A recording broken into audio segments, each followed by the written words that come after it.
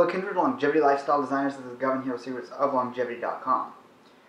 Something I've mulled over quite a bit, and I've always had a strong interest in, is how ancient societies and cultures, and even smaller groups or even tribes of indigenous people lived. How was their culture and society structured, and how did that impact their lives? It's pretty obvious that, just like with diet and health, things started to go downhill for humans after the agricultural revolution. That's why there's this movement and increasing recommendation for more naturalized, more ancient dietary and lifestyle practices. So whether it's eating more wild food, getting back to forms of functional exercise that aren't in set planes of movement, like just lifting weights at the gym, for example, or running on a treadmill. So there's all these different aspects to our lives that we can look to the past to get insight on and improve our health, but also just the functionality of our life and our lifestyle. So one area I think a lot of people haven't considered examining this is how ancient cultures lived. And even the term ancient culture, that still kind of implies post-agriculture, so it's referring to ancient societies, so indigenous societies and indigenous cultures. And by and large, obviously the tribal unit is a drastically different system than people see today in their communities with, municipal government, provincial or state government, and then federal government with the overarching countrywide policies that are implemented. Nothing close to that level of overarching power ever existed in humanity's past, and they got along fine. Of course, you can argue technology was vastly different back then, and those diehard state-minded people will say we need overarching power to prevent abuses of those large, dangerous technologies. We're not going to get too much into that in this video. I'm not trying to bring up the whole state versus no state debate, but rather the positive benefits that can come from little to no state or localized systems of hierarchy that are completely voluntary. So there might be several tiers of hierarchy in a business that you choose to work for. And you go there, say it's a restaurant, there's the restaurant owner, sometimes they're the manager or they have a manager under them. There's the most long-term experienced staff who might oversee each aspect of the restaurant or dining facility.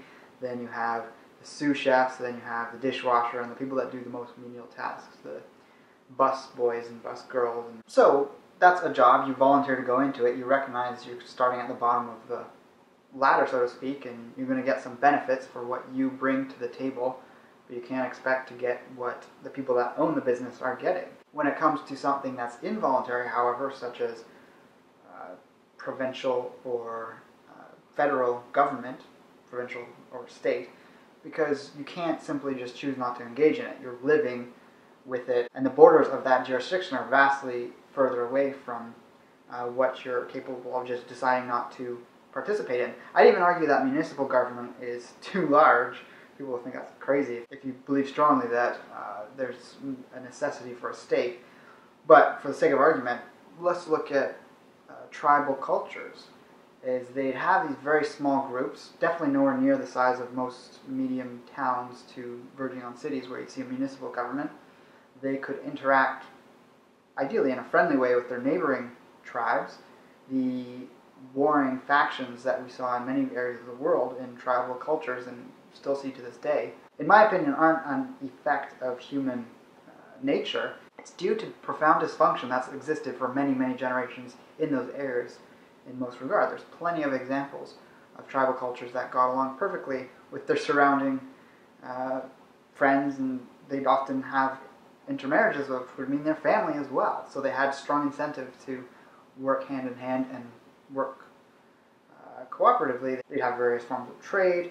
The inland tribes would trade the game and unique resources they had access to with the coastal tribes that would send seaweed and shellfish inland. And we know this is going to have vast benefits because people inland would often be lacking in things like iodine that you'd get from more ocean-based foods, and then there'd be foods that are lacking on the coast that they get from inland tribes as they would do this trade. So these pockets of tribes, which could range in size greatly, but in large part, no matter how big they got, they can't reach past a certain point because they're no longer manageable in a wild scenario.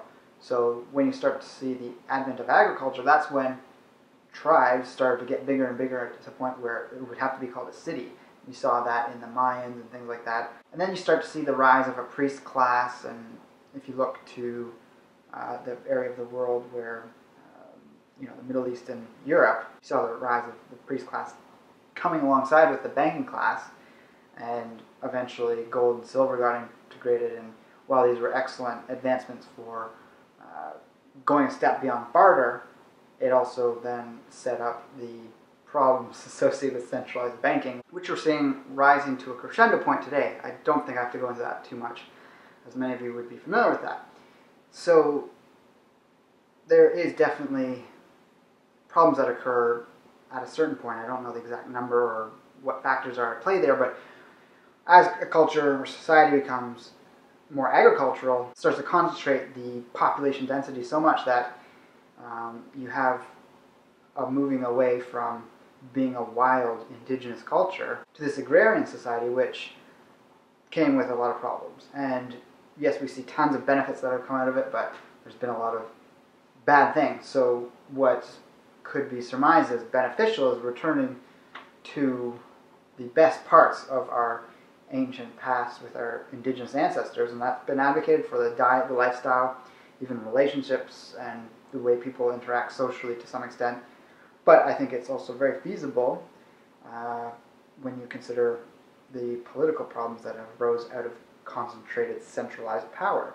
I think what comes along with the movement towards more wild or feral type of lifestyle, certainly not unforeseeable that you might start to consider that less overarching power over you might be a good thing. So I posted a Facebook picture the other day, and I came up with an interesting little metaphor. If you think about what happens whenever a plant or animal gets domesticated by humans into the agrarian world, they're defanged, declawed, dehorned through breeding, and that could be, the horns or fangs or claws of an actual animal, or even just the shortening of them through breeding over many generations. But also in the plant world, it's the elimination of the poisons, the spines on the plants, and that acrid, bitter flavor, which we actually know has a lot of benefits to it when consumed inconsistently from a variety of different sources. So this ability for a plant or animal to have a strong ability for self-defense is what largely sets apart the domesticated species from the wild species. It's not absolute. Of course, when dogs were domesticated, they still had sharp teeth. Most species of dogs do, but compared to the wolf, it's nowhere near the same type of animal in terms of its capability to hunt in the wild, to defend itself. In most cases, most dogs got smaller than the wolf. But for the most part, the domestication of all these different species that we see in farms and in farm agriculture were neutered. They became less virile. They became less able to defend themselves. And I'd argue that humans, through the process of domesticating everything around them and their whole environment, have, in some sense, domesticated themselves. And they've created this master over them, which is the state in its various forms, that seeks to further increase that to help turn their commodities, which is the general population, into better producers. That's why state power only grows until it collapses. It's a repetition throughout history. There might be some isolated cases where state has fluctuated a little bit, going larger and smaller, but for the most part, every country, every state just seeks to get larger and larger until it inevitably collapses or gets taken over by another country. So what I'm trying to create a connection between here is the idea of anarchy, whether it is anarcho-capitalism or anarcho-communism. You can see elements of both that existed in indigenous cultures. You had the sort of anarcho-syndicalist or communist or cooperative type mindset, which you see in the anarchist communities to this day in Spain, are very similar to what would occur in certain tribes in terms of their interactions with each other. Now, when it came to tribes interacting with other tribes, it was rarely like that. Because if a group has all these resources and another group has all these resources, the only way to have fair trade between them is to actually keep track through monetary means, whether it's cacao beans, which were used for currency, bartering of actual goods, and well understood values of goods. So a freshly killed moose that was hunted isn't the equivalent to a basket of leeks that were just wild harvested. It's many baskets of leeks that would be the equivalent.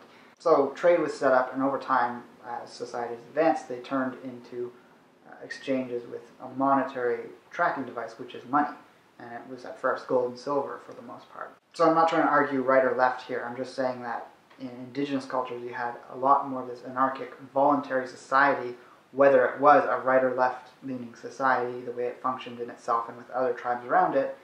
It had no overarching government, involuntary aspect to it. And when something's involuntary, that means if you try to do something that they don't want you to do, that you're threatened with force and kidnapping. So I think these are important things to consider, because as we see the world of nutrition and people interested in health advancing, personally I've seen a lot of growth into interest in the political sphere and the economic sphere. People want the right to stand up for growing their gardens and not having the government trample on it. They want to have the right to sell and buy raw milk without the government intervening because they perceive themselves to be right. You want to have the right to accept or decline vaccines. You want to have the right to accept or decline health insurance or health coverage of some type. So yeah, health is political. That's why I sometimes cover that topic in videos like this. And I've got something coming out very soon, which I'm very excited about, a project which you should hear about in the next week or so. And it further elaborates on this topic. I'll have some links and things to share at that time. So let me know what you thought about this video in the comments below. It's a lot more of a philosophical, rambling type video. Hope you appreciate it in that regard. I'm not trying to make any absolute conclusions with this, just trying to get some ideas churning in people's minds. And like, favorite, and share the video if you feel so inclined. So with that, I'll talk to you next time. Take care and embrace life without limits.